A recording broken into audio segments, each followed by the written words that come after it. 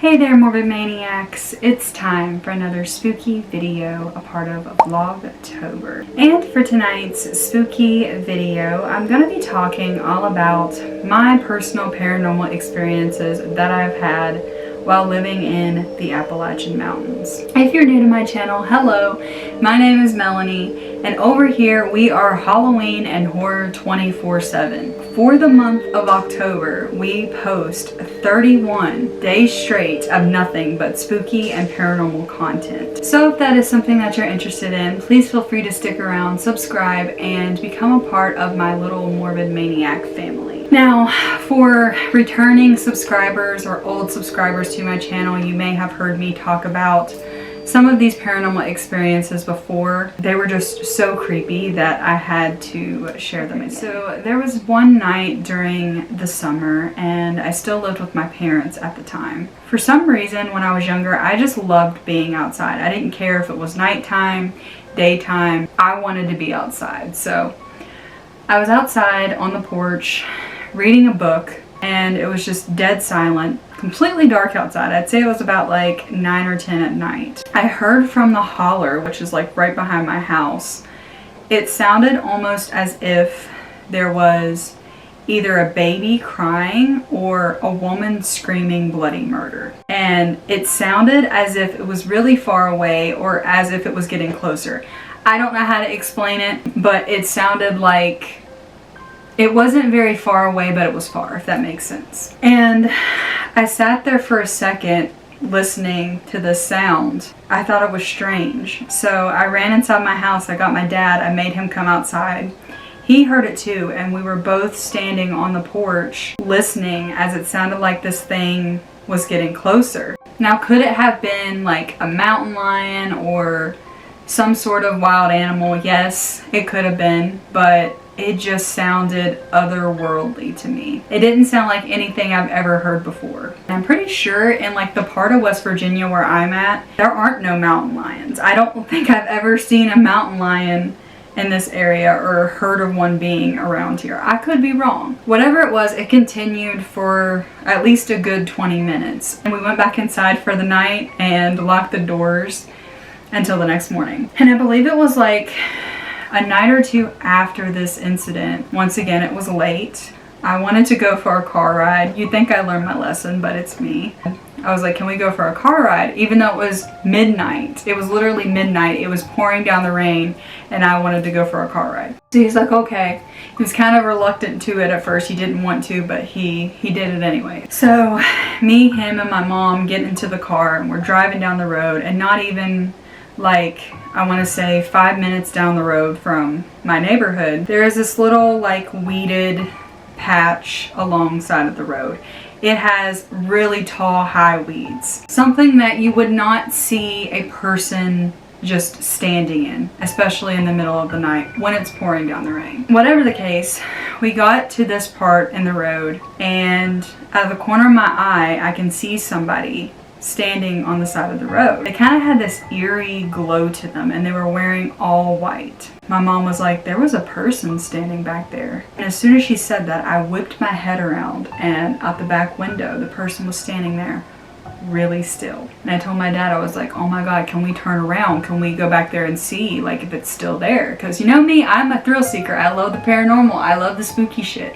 If I had a camera with me at the time, I probably would have filmed it. So we turn around, we come back, the figure is gone. Okay, if this was a normal person, for one thing, why would they be out there at midnight, standing on the side of the road in really tall weeds? Why would they be out there when it's pouring down the rain? That's a very dangerous part of the road to be on in the middle of the night. And I don't know if these two things were connected or if they were just two completely different experiences, but that will always be one of my favorite paranormal experiences that I think I've ever had, because I've never experienced anything so vivid, creepy like that before. And I know that that's one of the rules in the Appalachian Mountains, is if you hear the sound of a baby crying or an animal or like a woman screaming, you should never seek it out. You should never look for it. which I didn't. It's not like I walked up into the woods and was looking for it, but I was standing out there listening to it because I was curious. And then there was one time when I was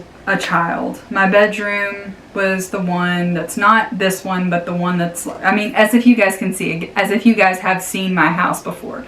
But there's one bedroom, one little small bedroom in my house that used to be my childhood bedroom. And I was sleeping one night, and all of a sudden I just woke up out of the blue. And there's one singular window in this bedroom. And it's like something woke me up, and I could hear what sounded as if someone was knocking on my bedroom window. And I would say the time was around like 3 in the morning. No, I was too scared to move because I was only like 8 or 9 at the time. I was still a kid. I was scared to move because I didn't know if somehow they could see me through my blinds and, you know, they were watching me. I didn't want them to know that I was awake and that I was aware of the sound. I don't know if this is a person. I don't know if this was an animal or a spirit. I don't know. It sounded like someone was knocking on my window. Now this window is kind of far up. There was nothing underneath of it that could have had an animal up there. And even if it was an animal, how could they have made a knocking sound? It sounded as if somebody was knocking on the door. So I just kind of pulled the covers over my head and fell back asleep until the next day, and I told my parents. This house is not big enough for a full-size bed, a king-size bed. So their bed was always in the living room because it's like in a little area part of the living room. The door that is closest to the bedroom that I had, where the window was, has like porch steps leading up to that door. If someone's knocking on my window and it's that close to my parents' bed, I'm pretty sure that my parents would have heard that too, if it was a person. For some reason, my parents said that they never heard anything that night. They had no clue what it was. And still to this day, I wonder what would have happened if I opened up my window and looked out. Would I had seen a crazy person, or would I had seen like a spirit? That wigs me out so much. Like, I had a similar experience to this one time in this bedroom when it used to be my bedroom. My bed was up against the wall over here, and there's 2 windows on this side. So it's, once again, it's late, it's middle of the night, as it always is. And it was about like midnight, maybe 1 in the morning, and I'm laying on my bed. I'm trying to wind down and fall asleep. I was probably a teenager still at this point. It sounded like something or someone was taking their nails and just going down the side of the wall like that. It lasted for like 5 or 10 minutes before I got up out of my bed, ran into the living room, told my parents. I ended up moving my mattress into the living room that night because I didn't want to sleep in here. But again, I still have no clue what that was or what it was coming from. And then there was one time that I was a kid. Once again, I've told these stories like a million times on my channel before, but if you're new, these stories are also new to you. There was one night that my sister had went to go spend the night at my grandmother's house, who lived up the road at the time. And I guess she had called in the middle of the night and told my parents that she wasn't feeling well, that she wanted to come home. My dad, he got in the car. Me and my mom said that we'd stay behind, and he went up there to go pick up my sister. Like an hour or 2 had passed by, and he still had not made it back. Now my grandmother had only lived about like maybe 10-15 minutes away from my house, if that. I mean, it's really not that far. So the fact that they were taking so long, and this was like before cell phones were popular, before we really had any sort of cell service up here, which we still don't really have that great of service, but so there was really no way of them contacting us. I remember my mom was trying to get a hold of them, calling my grandmother's home phone. She was getting no answer. So we were getting kind of anxious and worried, like, you know, if something happened to them. So we decided to walk outside together, and there's a fence all the way around my yard. Well, we walked off the back porch. We came out to like where the bush is next to my house, and we looked down the road to see if we could see anything. Well, this time we didn't see a thing. We walked back in the house. We waited for another like 30 minutes. Again, still nothing from my sister and my dad. So we decided to go right back outside and look again. We're standing there staring, and all of a sudden there's this street light that's like right down the road at the end of the fence post. And in this street light, you can see this shadow figure just slowly walking in our direction. My mom looked at me and she goes, "What is that?" And I said, "I don't know." I said, "But I'm scared because it's coming towards us."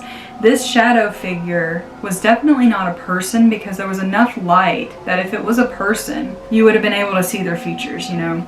But you could see through it. It was dark enough to tell that it was a shadow figure, but it was almost transparent to where you could still see through it, if that makes sense. This figure was getting closer and closer and just edging towards us. So me and my mom, we ran, we darted back inside of the house, we locked the doors, and like a couple minutes later, my dad and my sister show up. And apparently they had to take my grandma to the store or something. I can't remember. But like, we had told them what had happened. They thought we were crazy. They thought we were making it up, but like, I swear to this day, that was one of my first paranormal experiences I ever had. And I swear to this day that I know what I saw and it wasn't no person, and I'm not going crazy. And then this happened, I want to say last summer. I believe I told it in one of my opening videos for Vlogtober last year. It was about midnight. Notice there's a theme here. Every paranormal experience I've had has been at night. It was about midnight, okay, and I had just gotten home from work, and I had my windows open because for a long time I didn't have an air conditioner. My air conditioner was broken. I'd sleep with my windows open at night, even though I know that's a big rule. You should never do that if you live in the Appalachian Mountains. I never listened. So I kept my windows open. I'll still do it. Like, I'm crazy, I guess. I don't know. So I opened my windows up and I was laying on my bed and I was just chilling on my phone watching TikTok. Everyone was asleep. My boyfriend at the time was asleep. My mom and my dad next door were asleep. Everyone was asleep. The whole neighborhood was.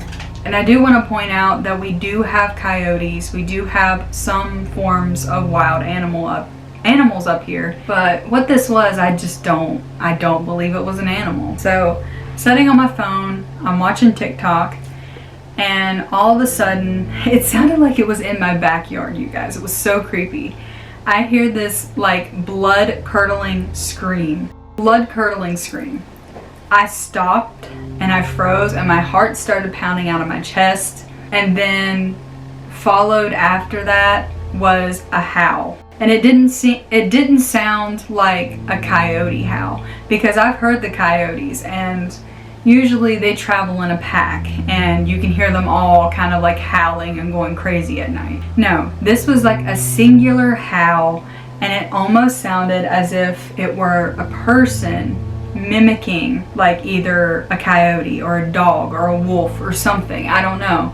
Scared the shit out of me though. I went and I ran and I closed the windows. I blinded all of them back. I don't know if it was something trying to lure me outside and, you know, so it could trap me or what. I don't know, but I was the only person who was awake and I was the only person who heard. It still freaks me out to this day, and it was literally last summer. I'm sure that I've had way more paranormal experiences living inside of these mountains, but those are the only like really vivid or just really good ones that I've had that I can remember. But yeah, let me know what you guys think. I know, like I said, for returning subscribers, you've probably heard these stories 1,000,001 times, but I love sharing them with you guys. Let me know if you guys have had any similar paranormal experiences, if you live within the Appalachian Mountains, or whether you visited the mountains and you've had a paranormal experience. I would love to know in the comments down below.